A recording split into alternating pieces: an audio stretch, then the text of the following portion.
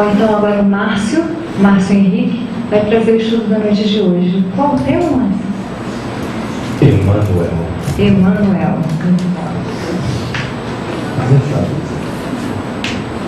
Bom, boa noite. Boa noite. Nós sabemos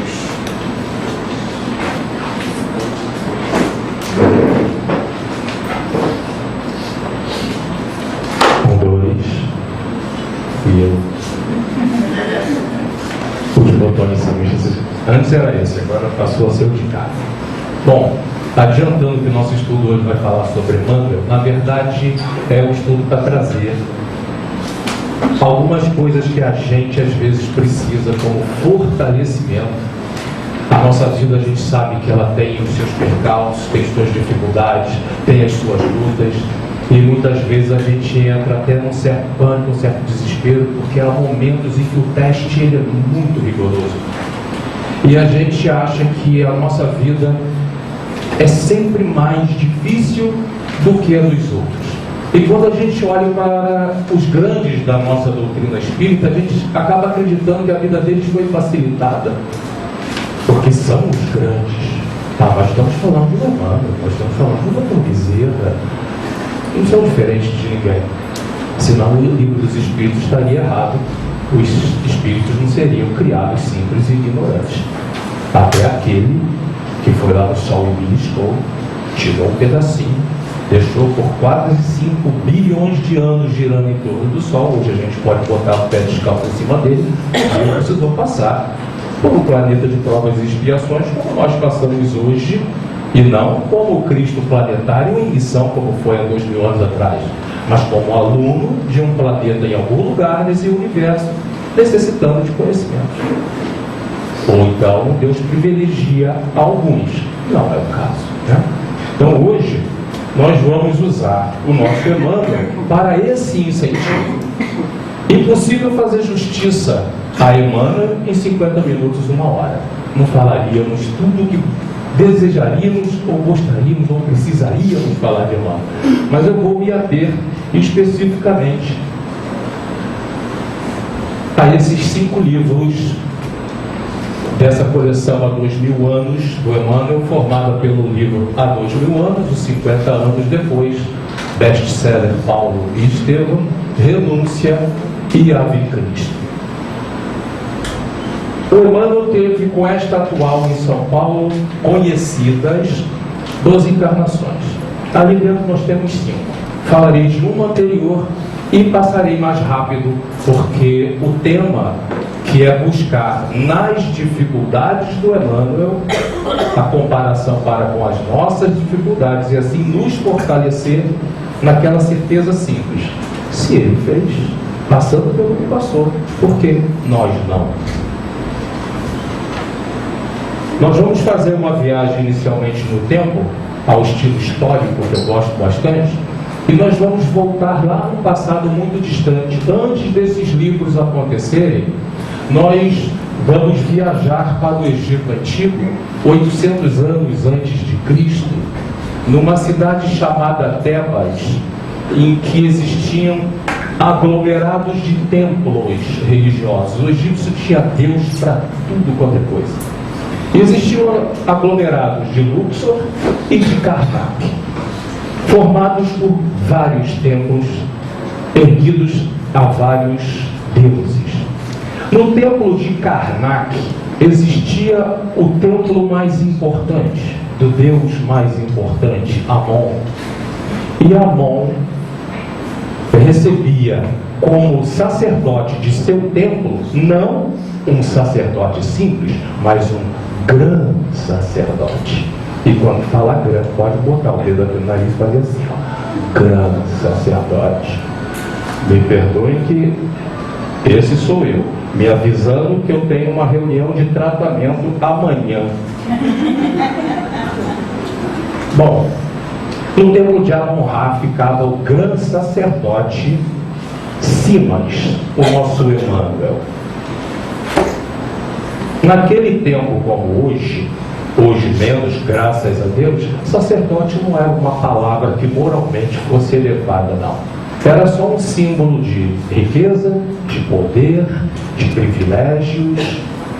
E o nosso Simas, apesar de ser o nosso Emmanuel, não fugiria a isso, porque a época era desta forma. É a primeira encarnação conhecida porque foi dita por nossos irmãos espíritas que a primeira encarnação do Emmanuel seria como Simas. Mas eu posso afirmar que não, porque aonde vai a corda vai a caçamba. E se 1500 anos antes de Cristo, Chico Xavier já era a faraó Hatshepsut, onde vai corda vai caçamba, então esse aí é a 800 antes de Cristo, Hatshepsut Chico Xavier é 1500 antes de Cristo. Penso eu que Emmanuel também estava por lá. Então, na cidade egípcia, templo de Amon-Ra. Não era apenas um professor, como a gente vê toda hora. A gente fala, não, Emmanuel, então, a encarnação foi um professor. Lá, neste tempo, ele era o reitor da escola de Tanis, uma das escolas mais famosas daquele tempo, na cidade de Tanis. Mas não estava sozinho, não. Naquele tempo, o Chico também estava por lá. O Chico fica difícil colocar, se parece que está errado, mas o Chico ficou viúva. Era a primeira rainha Chames. O marido desencarnou e ela assumiu como faraó. O Emmanuel era o professor de Chames. Simas era professor de Chames. Sacerdote, como eu dizia antes, se você pensar hoje nos sacerdotes do nosso tempo, de tentar tirar uma média moral desses sacerdotes, nós vamos chegar num número até bonitinho. Eu acho que está acima da média. Todos querendo levar o rebanho de Deus para Deus. Ok. Mas se você fizer um salto de tempo, colocar hoje, 800 anos à frente, nós talvez nos encontremos numa situação parecida com aquela de nosso lar, que aparece um telão no meio de uma praça e uma autoridade celeste vem e dá um recado e eleva e estimula. Se nós fizéssemos isso hoje, talvez daqui a 800 anos, se é que naquele tempo lá vai existir sacerdote, talvez não haja mais necessidade, mas em existindo, eu vou entender que ele deverá ser algo maravilhoso. Então eu vou voltar neste tempo, vou abraçar esse meu amigo aqui, o Simas, e vou dizer para ele, vamos fazer igual fizemos ali agora, vamos dar um salto 800 anos à frente. Quem sai no ano menos 800 e dá um salto de 800 anos à frente, cai em que tempo?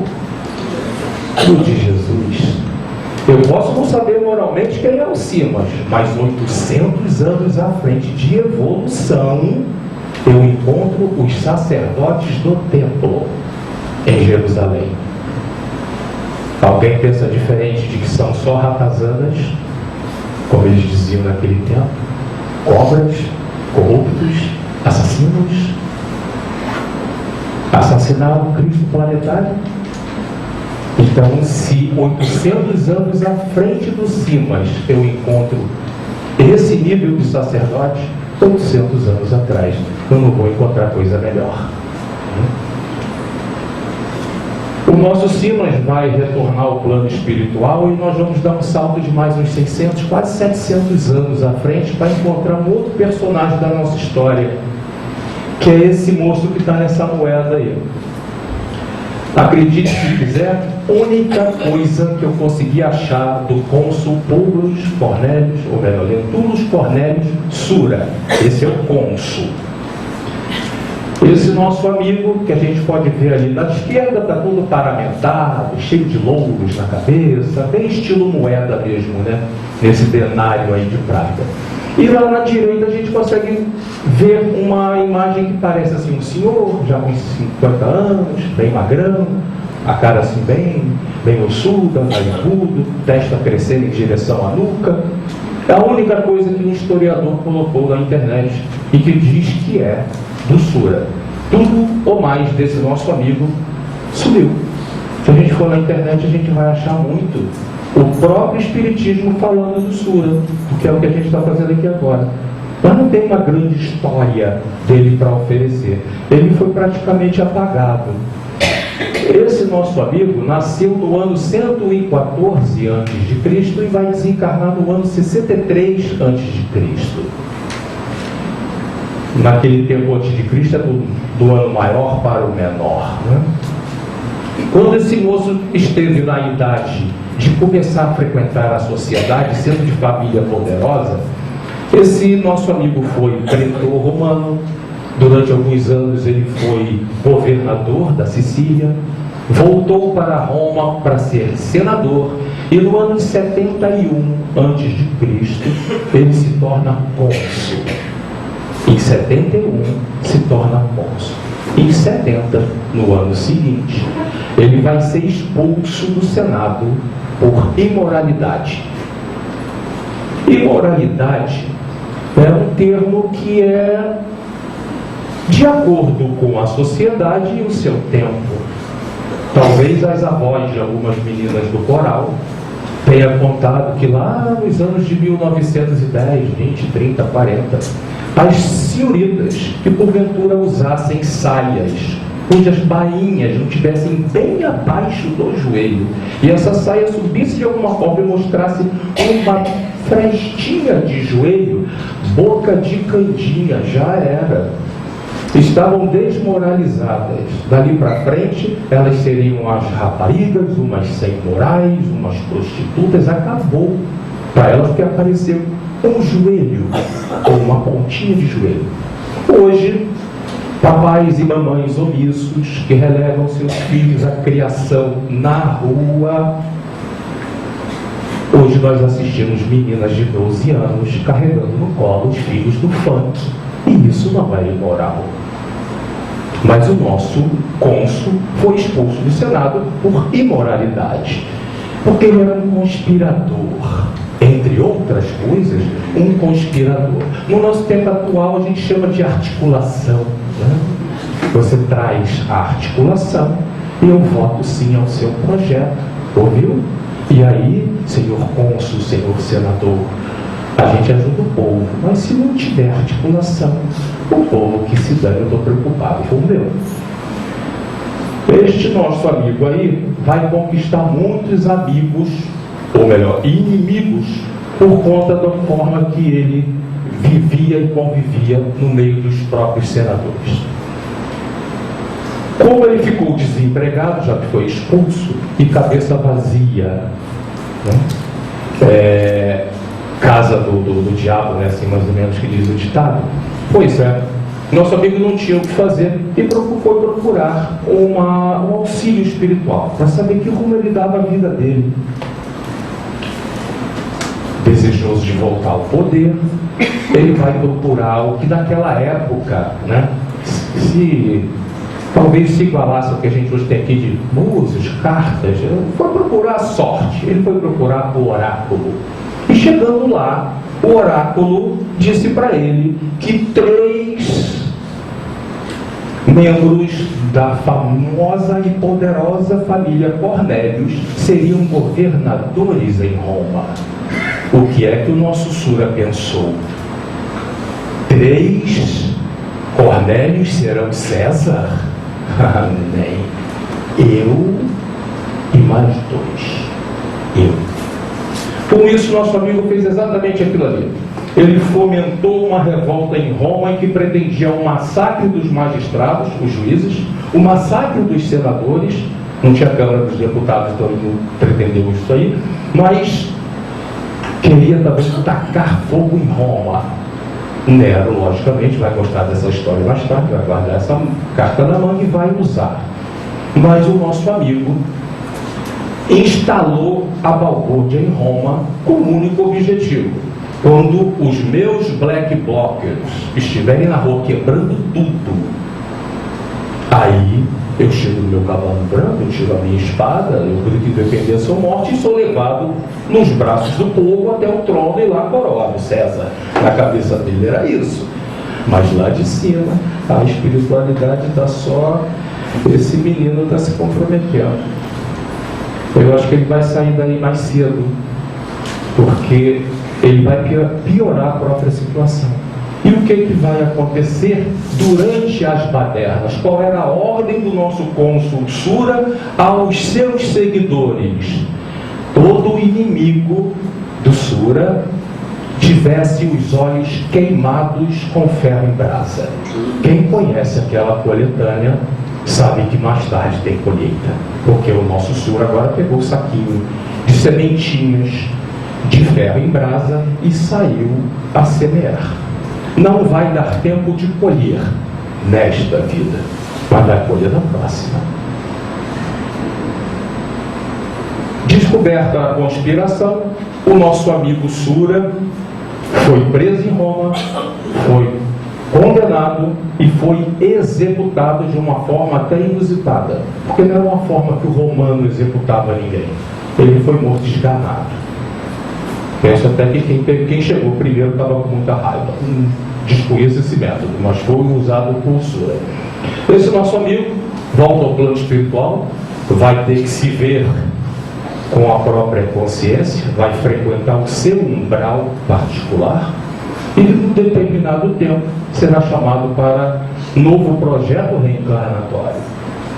Aproximadamente 50 anos depois ele vai voltar. Mas quem quiser saber da história do Sura, como é que tudo isso se deu, o próprio cônsul Sura vai relatar e o Chico vai escrever em há 2000 anos. A gente encontra a história do nosso Sura. De volta ao plano espiritual, projeto reencarnatório refeito, volta à Terra com a mesma imagem, provavelmente que o Chico ouviu a primeira vez em Pedro Leopoldo. Vai voltar como o senador Públio Lentulus Cornélios, bisneto do cônsul Sura. Lembra do Evangelho? Até a sua terceira ou quarta geração pagarás pelos teus erros. Foi desconfigurado para não dar a certeza de reencarnação. Hoje diz assim: pagarão. E aí se promove uma injustiça, né? Que eu faço e meus netos e bisnetos pagam pelo que eu fiz. Não, eu volto e eu pago pelo que eu fiz. Esse nosso amigo era casado com a Lívia, grande amor da vida dele, e tinha 2 filhos, a Flávia Lentúlia, Chico Xavier, e o Marcos. O Marcos vai ser um bebezinho que vai ser sequestrado, ainda no colo, por inimigos do senador, será criado pelos inimigos, e quando já tiver um rapazão, já homem, praticamente feito, é quem vai mostrar para o senador o plantio ou a plantação de ferro em brasa plantada pelo Sura. Um não sabendo quem é o outro, o filho criado para odiar Romano vai fazer o pai colher a plantação do cônsul Sura. O senador era um homem orgulhoso. Não é de uma reencarnação para outra que a gente modifica os nossos hábitos morais, os nossos vícios de comportamento. Às vezes demora um pouco mais. E o nosso amigo era orgulhoso, vaidoso, odioso. Tudo quanto é palavra terminada em oso, que seja pesada, pode botar na mochila dele que não será a primeira não. Já tinha um punhado lá dentro, igualzinho que tu vai colocar. Mas neste retorno ele já volta com um toque de nobreza. Ele já não permitia a corrupção. E ele tinha grande integridade de caráter. O Simas e o Sura eram corruptos e não tinham caráter. Aliás, tinham muito mau caráter. E o nosso amigo volta ainda com os resquícios daquele orgulho, até porque nessa encarnação ele continuava sendo romano, poderoso, bolso farto, sola do pé pesada para os pescoços alheios. Então ele se sentia intransigente. Sou um romano, preposto de César na Palestina. César lá e eu, César aqui. Aqui eu mando, todos obedecem. Que coisa melhor.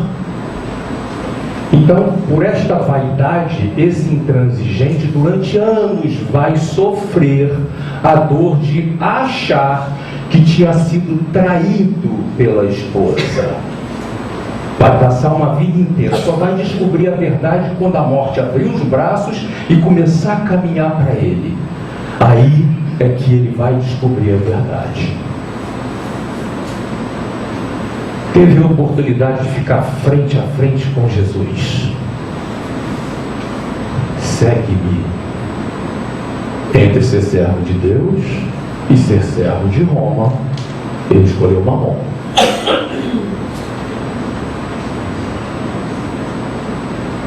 Bom, nós vamos falar mais disso daqui a pouco. Desse encontro. O nosso amigo vai desencarnar lá em Pompeia.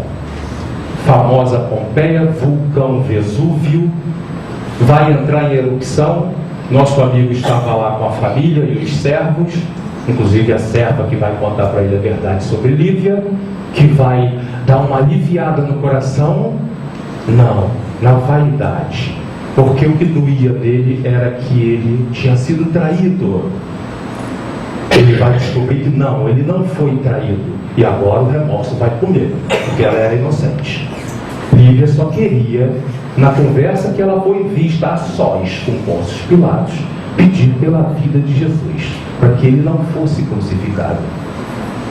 O final da história a gente sabe, ele foi crucificado, e no coração desse nosso amigo aí, ela também foi. Então só nesse finalzinho lá em Pompeia é que ele vai descobrir que ele nunca foi traído. A dor vai ficar maior. Nesse tempo ele já está cego, porque colheu a tal plantação do Sura, mas já tinha dado os primeiros passos na direção de Jesus, o que vai iniciar uma nova caminhada, ainda assim com muito sacrifício.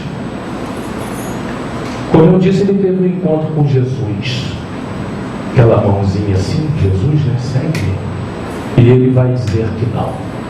Na verdade, o que o Públio Lentulus vai ouvir aqui, todos nós um dia já ouvimos.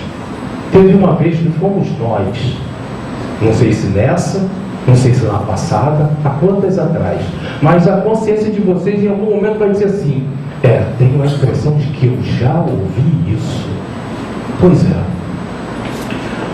Olha o que vai acontecer com ele, que quando ele diz não para seguir Jesus, ele, permanecendo em desdobramento, vai se ver diante de juízes, todos iluminados. E um desses vai se dirigir a ele falando assim: se quiser mudar o nome do cônsul, né? Do cônsul não, esse é o senador. Pelo seu nome cai bacana, você vai sentir que isso aí também já foi palavra que chegou ao seu ouvido. Públio Lentulus, por que desprezaste o minuto glorioso com o qual poderias ter comprado a hora interminável e radiosa da tua redenção na eternidade, filho? Estiveste esta noite entre dois caminhos, o do servo de Jesus e o do servo do mundo, mas escolheste o segundo, no qual não existe amor bastante para lavar toda a iniquidade. Preferiste o caminho mais escabroso, em que faltam as flores da humildade, para atenuar o rigor dos espinhos venenosos.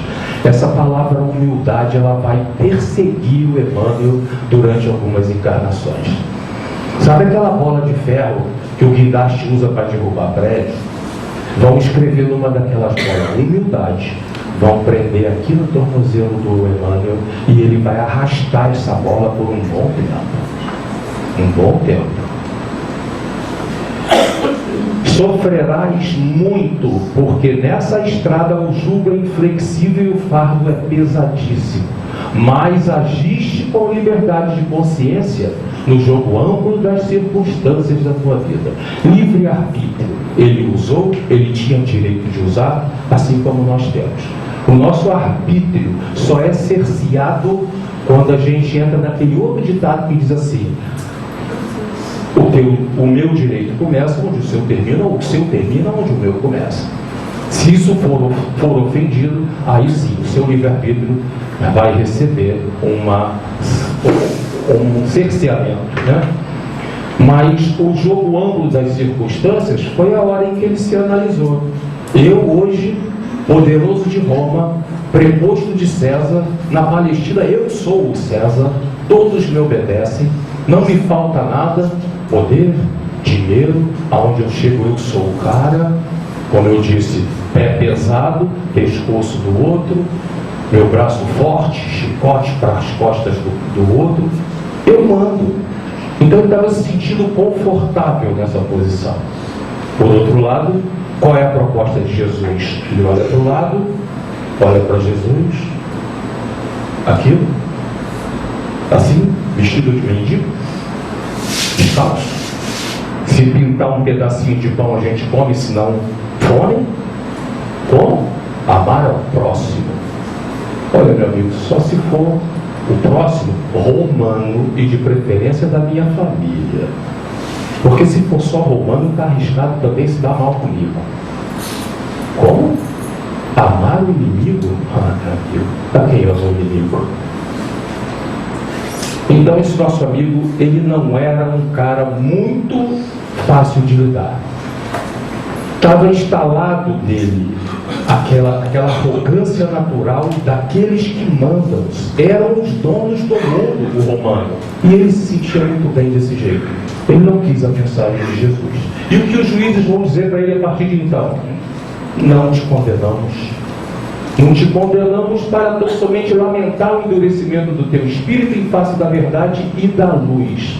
E aí adverte: reverbera todas as fibras do teu eu, pois enorme há de ser doravante a tua luta. Daqui para frente, nosso amigo vai comer o pão que o Saci amassou, e a padaria era grande. Vai comer, mas vai comer muito pão amassado pelo Saci.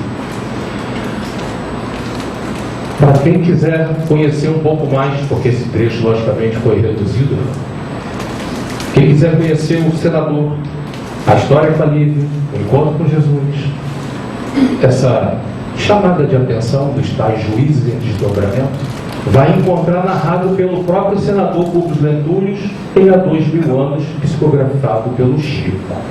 Nosso amigo novamente vai subir ao plano espiritual para rever conceitos, replanejamento reencarnatório, e daqui a uns 50 anos vai voltar novamente para dar prosseguimento à sua caminhada. E aí eu pergunto: alguém aí não se sentiu ouvindo essas mesmas coisas? Porque eu peguei a carapuça, coloquei, fui lá debaixo da sola do pé, dei 3 nós cegos e fiquei escondido dentro dela de tanta vergonha. Eu já ouvi isso. Bom, se a vaidade era quem botava a perder o nosso senador, porque ele era poderoso de Roma, essa vaidade precisava ir embora. Ele precisava, em outras palavras, tomar nojo de Roma e de romano. Era tudo que ele reverenciava, que para ele era de maior. Aquele orgulho de ser romano, os melhores em tudo, e a simplicidade, aquela humildade que nós falamos, estava se afastando. Nada mais contundente do que voltar no meio daqueles que tanto amava, na situação daqueles que tanto ele odiava. Volta como escravo Nestório, reencarna na condição de escravo e de escravo judeu, nascido em Éfeso, na Grécia, e levado escravo para Roma. Escravo, mas mostrando em seu porte um orgulho silencioso e inconformado, viveu a lei de causa e efeito para aprender o valor da humildade. Antes, poderoso que pisa e chicoteia.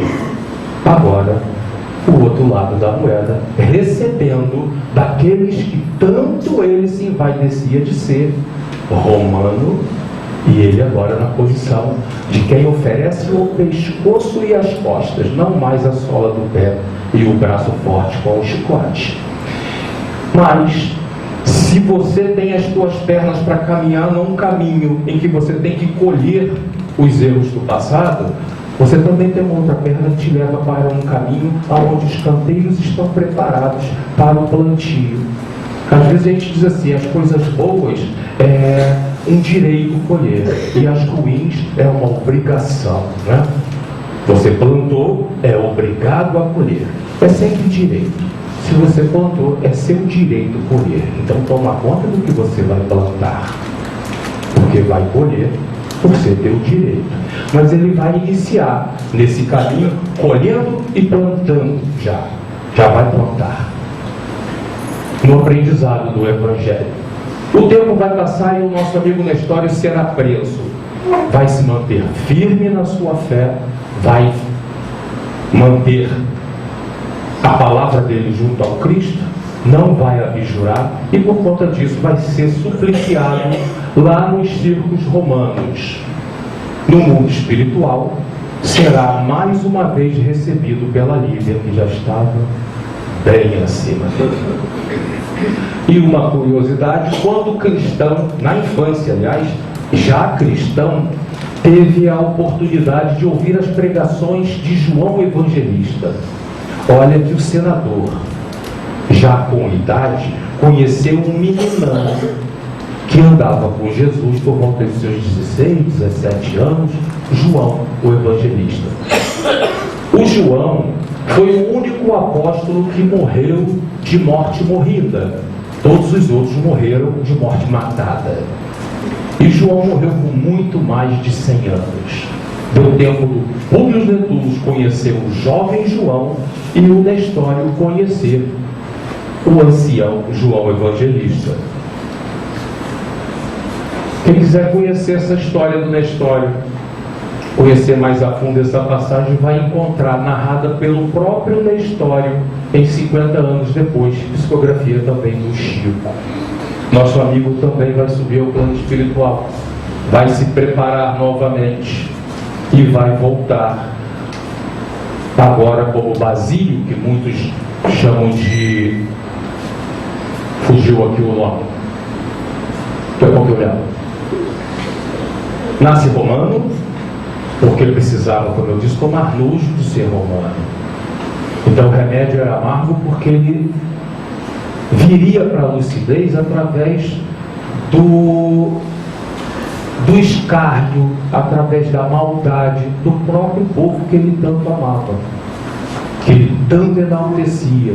Então estava na hora, como eu disse, de tomar nojo daquele pessoal, e ele se chocaria com o que receberia daqueles que antes ele achava que tinham todas as nobrezas. O nosso amigo vem filho de escravos gregos, e como princesa Isabel não tinha assinado lá a lei do ventre livre, nasceu de ventre escravo, é escravo. Então ele também era mais uma vez escravo em Roma. Casado, tinha uma filha, e esta família iria desencarnar cedo, porque a peste dominava todo o Império Romano, espalhado por toda a Europa, norte de África, Ásia. A peste se espalhou e a família dele será levada por essa peste. Mas durante o tratamento da senhora, que era dona de todos eles, a esposa cuida, ela se salva, mas transmite para a filha, e ele fica viúvo e sem filha. Mas diante de todo aquele sacrifício, e ele era conceituado como o seu dono, ele será alforriado, vai deixar em confiança uma dívida pesada com o ex-dono, prometeu que um dia pagaria, e vai-se embora para a ilha de Chipre, aonde, lá no mar Mediterrâneo, ele vai se dedicar à filosofia. Era essa palavra que eu queria lembrar, filósofo, Basílio, filósofo. Vai se dedicar à filosofia e ao cristianismo, dando sequência ao que começou o senador, ao que fez depois Nestório, sendo inclusive pregador do Nestório. E o nosso amigo vai estudar filosofia e o cristianismo. Mas um dia, passando numa estradinha, nosso amigo encontra um cestinho, e dentro desse cestinho tinha uma criança. Ele olha a criança, uma menina, e o coração ainda magoado das perdas recentes do passado, adota essa criança, dá a ela o nome de Lívia, e Arnaldo Rocha, um doutrinador do grupo mediúnico em que o Chico era um dos médios, Chico teria dito ao Arnaldo que esta Lívia do cestinho era o próprio Chico. O nosso Basílio vai-se embora de Chipre, ele vai para a França, vai criar a Lívia em Marseille, mais tarde ela já não era mais menina, foram para Lyon, essa cidade portal, os grandes luminares da nossa doutrina espírita, ou chegavam e saíam em Lyon, cidade abençoada. Hoje, não sei se hoje é isso tudo, mas não. Mas já idoso, com mais de 70 anos, o Basílio vai para Lyon, e aquela dívida que ele largou lá com o patrão não, porque lá era dono, o dono lá em Roma, será comprada por adversários do Basílio na França, e os romanos lá na França vão comprar essa dívida, vão cobrar do Basílio, e como o Basílio não tinha como pagar, ele será denunciado aos romanos, ele e a igreja de Lyon, e ele termina supliciado mais uma vez. E quem quiser conhecer a história do Basílio e de tantos outros grandes da nossa história espírita, vai encontrar aqui, nesse livro, no Ave Cristo. O Basílio, como nós falamos, é o Emmanuel. Chico, a Lívia. Nós vamos encontrar aí também a escrava cristã Blandina, nossa Meimei. Nós vamos encontrar o próprio Arnaldo Rocha, porque esse livro, inclusive, gira em torno do Arnaldo Rocha, porque ele é Tassiano, o anticristão, que depois se tornará cristão, mas toda a história gira em torno dele. E nós vamos encontrar Apio Curvino, nosso amado doutor Bezerra de Menezes, e o patrono da casa, nosso amado Rufo, o escravo Eurípides Barçanufo. Então, este livro é espetacular. Toda a série deveria ser lida por quem ainda não leu, porque aqui o Emmanuel fez uma coisa sensacional. Lembra que nós falamos de humildade durante muito tempo aqui? Foi o que faltou ao Emmanuel? Quando ele fez essa série, ele fez justamente o contrário. Foi por imensa humildade e sendo o professor que ele é, para mostrar as próprias chagas, as próprias feridas pustulentas, para dizer para a gente: sabe aquela viagem lá no verme do pântano ao anjo das estrelas? Eu também fiz. Quer conhecer o meu lado feio? Eu tenho. Lê aqui que eu vou te mostrar. Normalmente a gente esconde os nossos defeitos esperando que eles se dissolvam, se desintegrem com o tempo, e não foi o que ele fez, não. Ele registrou em livro para que a humanidade toda soubesse das dificuldades dele, para que a gente hoje pudesse comparar. Está difícil para mim? Também foi para ele. Ele conseguiu? Por que nós não vamos conseguir? É só uma questão de dar continuidade. Nós estamos falando de um cara que errou pra caramba há 2000 anos atrás. Nós vamos comparar essas vidas deles a que a gente está tendo agora, no nosso melhor encarnado. Moralmente atingimos o melhor que poderíamos. É o que a gente é agora. Se você se comparar com as coisas lá de trás, com esses outros personagens, a impressão que dá é que a gente ganha, nem que seja de pouquinho agora do último, mas que está ali. Mas lá atrás nós ganhamos de goleada, de Simas, de Sura, até mesmo do senador. No nosso momento atual, nós ganhamos deles de goleada. E se daqui a pouco esse homem vai receber asas, né? Se eu estou filosofando, vai receber suas asas, nós também estamos perto. Não pode esmorecer. Porque agora nós queremos, lembra? Segue-me. Nós já botamos a mão ali em cima. Agora a gente está junto. Agora a gente quer de verdade. Acabou a moleza para a gente. É isso que a gente espera que realmente esteja fazendo. Agora é firme no caminho. Não tem mais retorno para a gente. Depois que a gente começa a conhecer, porque ainda não conhecemos totalmente, que não fazemos tudo o que ele disse. Mas quando a gente começa a conhecer Jesus, não dá para voltar mais atrás. Isso vai acontecer com o nosso amigo. Deu o primeiro passo como senador, deu o segundo como Nestório, deu o terceiro como Basílio, e agora ele já não vai errar, a ponto de eu ter que destacar os erros dele.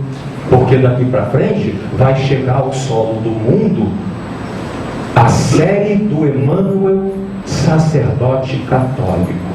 Dali para frente, os erros são irrisórios, nem vale a pena falar. É só destacar algumas coisas que vão se ligar mais a nós no nosso momento espírita. Mas o nosso amigo vai se retirar. E a fase católica dele se inicia lá no ano 439, se eu não me engano, e esse aí é o Bispo Remídio, da Igreja Católica, São Remídio de Reims. Esse nosso amigo, que na época dele era grande evangelizador, com grande eloquência para falar, era amado, tinha um coração gigantesco. Esse nosso amigo, ele era considerado, naquele tempo, o apóstolo dos pagãos. Tem um cara que também é conhecido com uma frase bem parecida com essa, né? O apóstolo dos gentios, Paulo de Tarso. Pois é, não é Paulo de Tarso o nosso irmão, mas eles são, tanto que tem um livro Paulo e Estevão, os dois são colados, a gente vai descobrir já por quê. O nosso Bispo Remídio vai dar lugar ao próximo personagem do Emmanuel, que é o Cardeal João de São Paulo, um dos 12 cardeais do Papa Inocêncio III, lá por volta do ano 1100 da nossa era. Era o braço direito do Inocêncio, o Cardeal João de São Paulo. Com um detalhe: cardeal católico e médium. No encontro em que finalmente o Francisco de Assis consegue uma audiência para pedir autorização do Papa para pregar o Evangelho, porque naquele tempo não se falava de Jesus sem autorização da Igreja. Então ele finalmente, com muito auxílio do Cardeal João de São Paulo, da intervenção do próprio Jesus, o Inocêncio recebe o Francisco. E durante essa audiência, a mediunidade aflorada de João de São Paulo ficava olhando para o Francisco e via as transfigurações de Francisco e as mudanças de voz. Era o médium da espiritualidade maior, olhando o médium de Cristo, falando que era preciso o Papa ouvir. Ele foi autorizado e saiu ao mundo para as pregações. Quem quiser conhecer mais o João de São Paulo, e esse nome não é por acaso, é uma junção de passado e futuro, vai encontrar a história do João de São Paulo no livro Francisco de Assis, Psicografia do Miramês, e escrito pelo João Nunes Maia. Nosso amigo João de São Paulo vai subir ao céu, né? Catolicamente falando, e em 1517, antes disso até, esse espírito Emmanuel, já integrado à equipe do Brasil, coração do mundo, pátria do Evangelho, faz um sobrevoo volitando por cima do território que hoje é o nosso mapa do Brasil. Viu as dificuldades, viu a necessidade daquele povo que vivia nessas terras e começa um planejamento para iniciar o auxílio a esta terra. Ele faz parte do projeto, assim como nós hoje fazemos, né? O padre Manuel da Nóbrega vai nascer no norte de Portugal, na cidade de São Fins do Douro, e em 1544 vai vir para o Brasil e iniciar a sua fase Brasil Coração do Mundo. Vem, tem uma encarnação como Manuel da Nóbrega. Esse homem é fundador de São Paulo, da cidade que hoje é Rio de Janeiro, era só um vilarejo, não é o estado, a cidade, né? Que hoje é Rio de Janeiro. É fundador de Salvador, a primeira capital, é fundador de cidade para o norte, cidade para o sul, cidade para o centro-oeste. As nossas divisas, nossas fronteiras chegaram quase debaixo da Cordilheira dos Andes, porque ele incentivou as entradas e bandeiras para levar a cerca do Brasil o mais longe que desse. Esse homem fez maravilhas pelo Brasil. Às vezes a gente prefere falar mais de Públio Lentulus. Esse cara, talvez por causa daquela palavra padre, talvez tenha quebrado um pouquinho a divulgação das maravilhas que esse homem fez aqui na nossa terra. E fez. Só como curiosidade, o nosso padre Manuel da Nóbrega assinava Emanuel. Era a forma dele assinar os documentos dele. Emanuel. O E vem de hermano, né? Irmão em espanhol, mas Emanuel, só uma coincidência. E o protetor espiritual de padre Manuel da Nóbrega era Paulo de Tarso. Agora sim, o apóstolo dos gentios. E São Paulo não chama São Paulo à toa, homenagem a São Paulo da cidade de Tarso, né? O nosso amigo Manuel da Nóbrega também vai se retirar para chegar em 1613 no planeta, retorno ao solo do mundo, como diz um amigo do Gilberto, um poema, um verso que diz assim: retorno ao solo do mundo, trabalho consolador, despe-se o homem imundo, renasce o homem amor, e um sentimento profundo eleva-se ao Criador. Chega para nós, para ser pároco dessa igreja aí, igreja de São Vicente, na cidade de Ávila, na Espanha, o padre Damiano. O padre Damiano vai fazer parte de uma história belíssima, que já se falou muitas vezes aqui, de um espírito muito elevado, vindo de uma outra constelação, para auxiliar um irmão nosso com suas dificuldades aqui no nosso planeta. E se chamava Alcione, esse anjo. Da história que nós vamos destacar aqui, apenas mais uma aproximação com a doutrina espírita. O padre Damiano acreditava na imortalidade da alma e na pluralidade das existências. Combatia o fanatismo da igreja e era contra a Inquisição. A mesma Inquisição que, quando chegar na cidade dele, vai fazer ele sair fora e viver até os seus últimos dias lá na França. Quem quiser conhecer mais profundamente tanto a história de amor e de renúncia, vai encontrar no livro Renúncia, narrado pelo próprio padre Damiano, psicografia do Chico Xavier. Desse nosso amigo, o educador, professor Jean-Jacques Tourville, o nosso meio espírita falou muito pouco. Apenas que ele era um educador que viveu no norte da França, no período que antecede a Revolução Francesa. Quando toda essa ignorância chegou lá na região dele, ele também foi embora e viveu até seus últimos dias, agora na Espanha. Até que, resolvidos os problemas na Europa, nosso Emmanuel retorna em definitivo para o projeto Brasil Coração do Mundo, Pátria do Evangelho.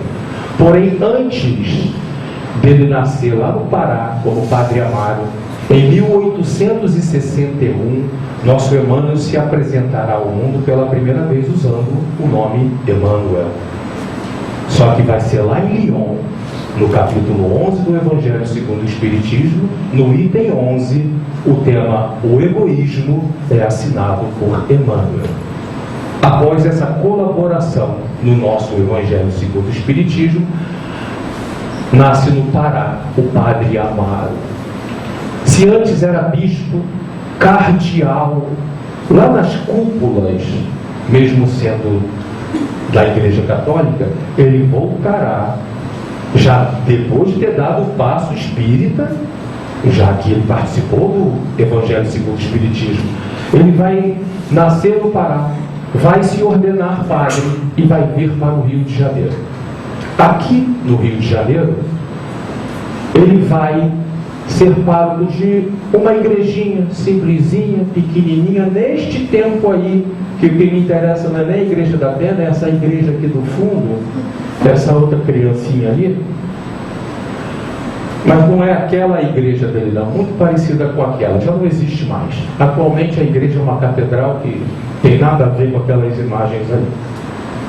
Ele vai ser pároco da igreja de Nossa Senhora do Bom Sucesso, em Bom Sucesso. Eu até tentei, porque eu descobri que existia uma fotografia do Padre Amaro na sacristia da igreja. Mas aí eu fui atrás de todas as igrejas de Bom Sucesso. E a igreja de Nossa Senhora do Bom Sucesso, de Inhaúma, apesar de ter o nome dele, Inhaúma é em Bom Sucesso, disse, não, esse Padre Amaro foi na igreja de Nossa Senhora do Bom Sucesso, lá na rua tal, número tal, e aí eu procurei, tanto na Arquidiocese do Rio, quanto nas igrejas, o Padre Amaro.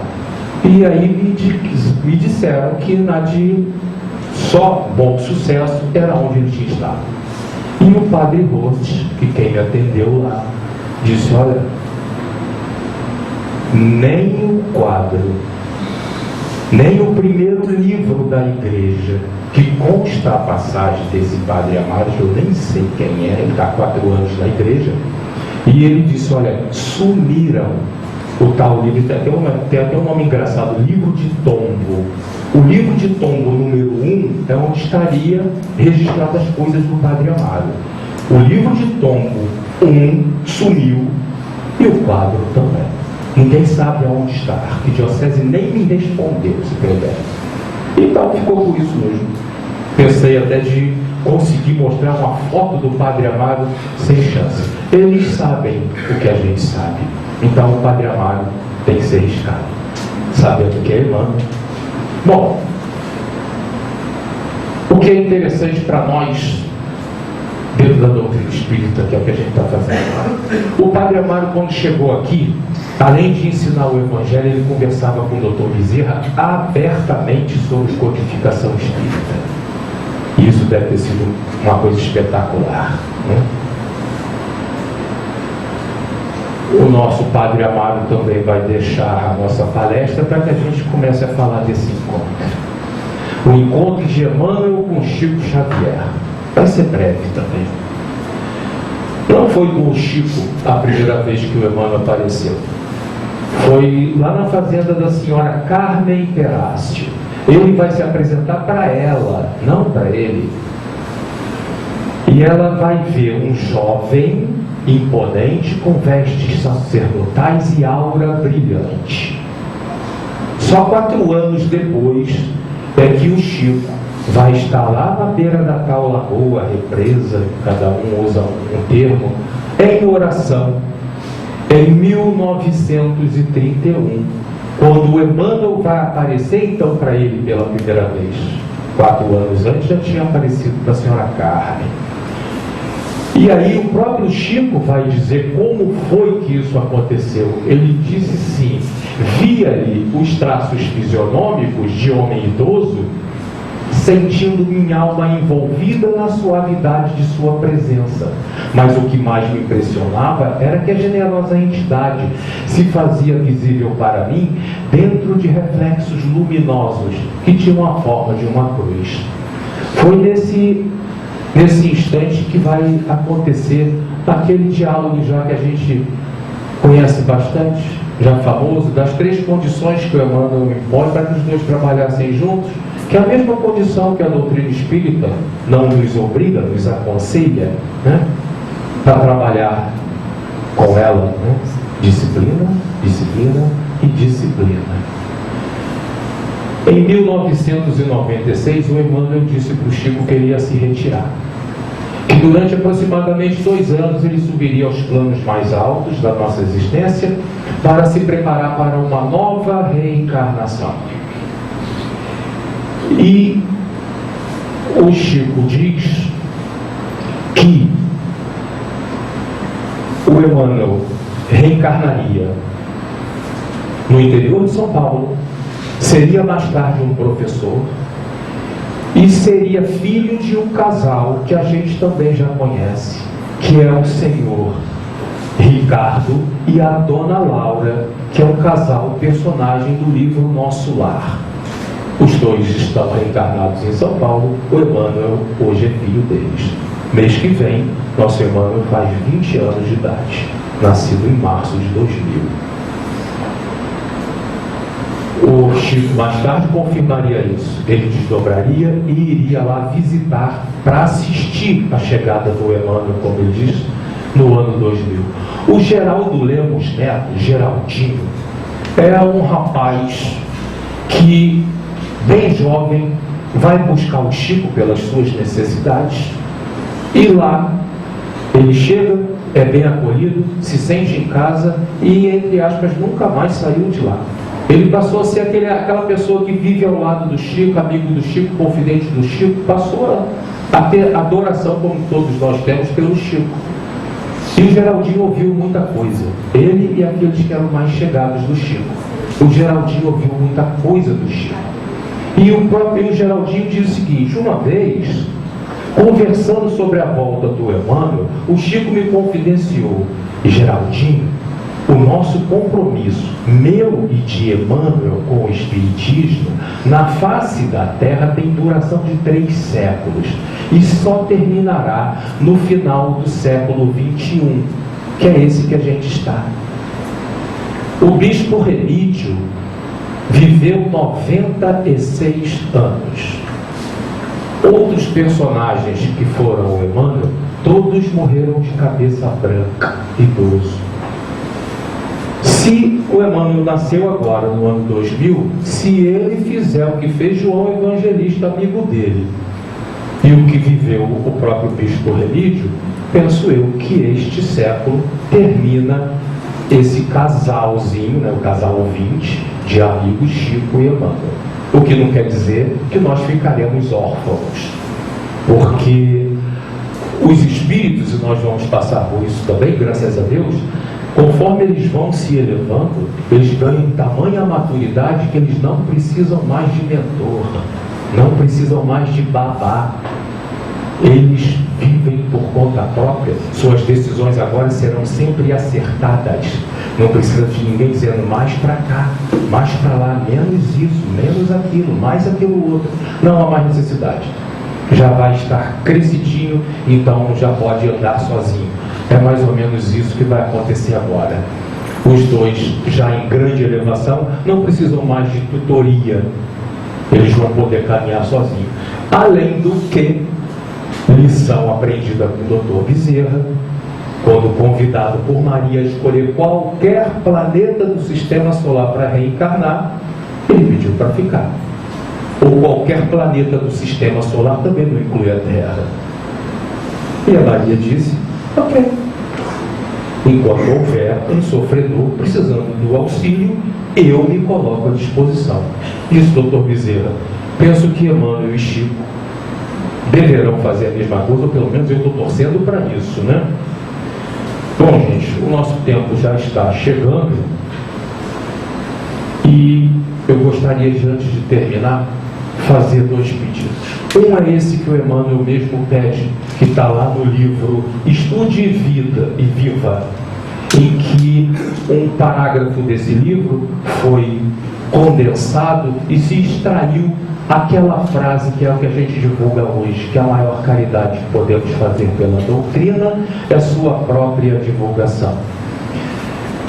Não tenhamos vergonha nunca de dizer no meio da rua para qualquer um, quando a oportunidade surgir, que nós somos espíritas e demonstrar nosso conhecimento espírita. Lógico que nós não precisamos fazer como o chato que agarra alguém pelo braço e quer converter ele na marra. Não, não existe essa violentação da vontade do outro. Se o outro quiser nos ouvir, nos façamos ouvir. Muitos oradores passaram por aqui e têm dito o seguinte, que nesse nosso século agora, é o século em que a maturidade vai chegar, nós estaremos mais pensativos e os problemas de cabeça vão multiplicar, porque nós vamos viver esses tempos, os tempos do nosso mental em desenvolvimento, e que o nosso mal do século agora, possivelmente será o suicídio através desses problemas mentais. Se nós tivermos com um mínimo de preparo para poder falar de uma coisa que foi praticamente rasgada da Bíblia, o entendimento de reencarnação, para trocar por ressurreição, como se corpos pudessem sair da cova inteirinhos, nunca aconteceu, nunca vai acontecer. Nós precisamos ter um mínimo preparo para que a gente possa, em qualquer lugar, poder restaurar o entendimento de reencarnação. Porque aquele que tem restaurado esse entendimento, compreender reencarnação, se sabe que plantio é igual a colheita, que depois dessa vida virá outra ou outras, e tudo o que foi mal feito aqui será reparado nas próximas, e que entre uma e a outra existe um local aqui que te dá direito a repensar lá no seu próprio umbral. Nós vamos fazer uma coisa bem simples e eficiente. Quem sabe que vai voltar para pagar os erros que fez, vou colocar pagar, só para dar medo, né? Se você sabe que a vida vai continuar e você vai ter que pagar por aquilo que você fez, o que adianta roubar? O que adianta matar? Suicídio te serve de quê? Se você se suicidar porque o problema hoje está difícil, encerrou ele aqui, entrega para o gerente do banco. Até a próxima, aquilo ali, juros e correção monetária. Então vem para um sufoco ainda maior. Suporta, tu já está aqui. Calma aí. Segura que vai dar certo. É só um período. Respira mais 3 vezes. Quem sabe se a calma já não vai vir. E aí, bom, peraí. Não precisa tanto. Vou continuar. Já estou aqui mesmo. Já que a próxima vida vai existir e eu vou ter que ver isso aqui de qualquer jeito, já vejo agora, já estou aqui. Se eu fizer assim, está difícil. Vai aparecer meia dúzia em volta para me dar força, para me dar uma calma, vai dar certo. Então vamos tentar restituir o entendimento de reencarnação. Não vamos deixar mais ficar essa coisa assim do tipo, a vida é uma só. Para o espírito é, mas para o corpo não é não, a gente sabe que não é. Vamos tentar desfazer esse engano, porque aquele que tiver a ideia exata do porquê da encarnação, da reencarnação, vai pensar mais antes de fazer uma bobagem maior. Não vai ter muita dificuldade na nossa caminhada, vai, porque a gente está aqui para fazer exercícios, para mais tarde fazer escolhas. E esses exercícios, enquanto a gente não tiver compreendido mesmo, eles serão difíceis. Hoje muito difíceis, amanhã só difíceis, depois dificuldade mais alguma. É só uma questão de tempo, um pouquinho de paciência. Para o suicida também, ou para o possível, né? Suicida também, é só mais um pouquinho de paciência. Se a gente conseguir ir levando a nossa mensagem, a gente vai ajudar bastante. Até porque vocês já viram algum evangélico no meio da rua escondendo que ele é cristão, que ele está ali para falar em nome de Cristo? Eu sei que muitas vezes a gente fala as mesmas coisas de outras formas. Na própria forma de colocar os entendimentos, quando a gente põe a mão e faz, aí a gente está evangelizando até muito mais do que com a palavra, né? Então, fica a mensagem do Emmanuel, o pedido, e mais esse: se a gente puder, quando surgir a oportunidade, tenta encaixar na conversa, sem forçar o outro, se for com a aceitação dele. Vamos tentar colocar o entendimento justo de por que reencarnação na balança da justiça de Deus e tentar minimizar esse problema, porque nem todos vão querer nos ouvir. Nós vamos ter que respeitar a vontade desses que não querem, mas aqueles que quiserem, a gente tem um pouco de boa vontade. Quem acha, mas eu praticamente não sei nada sobre isso, dá uma lidazinha, vai no Livro dos Espíritos, dá uma lida para olhar a justiça da reencarnação e fica mais fácil. De repente vai ser com uma conversa dessa que você vai tirar alguém da beira de um barranco, do beiral de um prédio, de uma rede elétrica. Não sei. Mas você vai consolar um desespero qualquer que não vai deixar ir à frente um sacrifício que depois será maior. Muito obrigado pelo dia de hoje. Deus nos abençoe.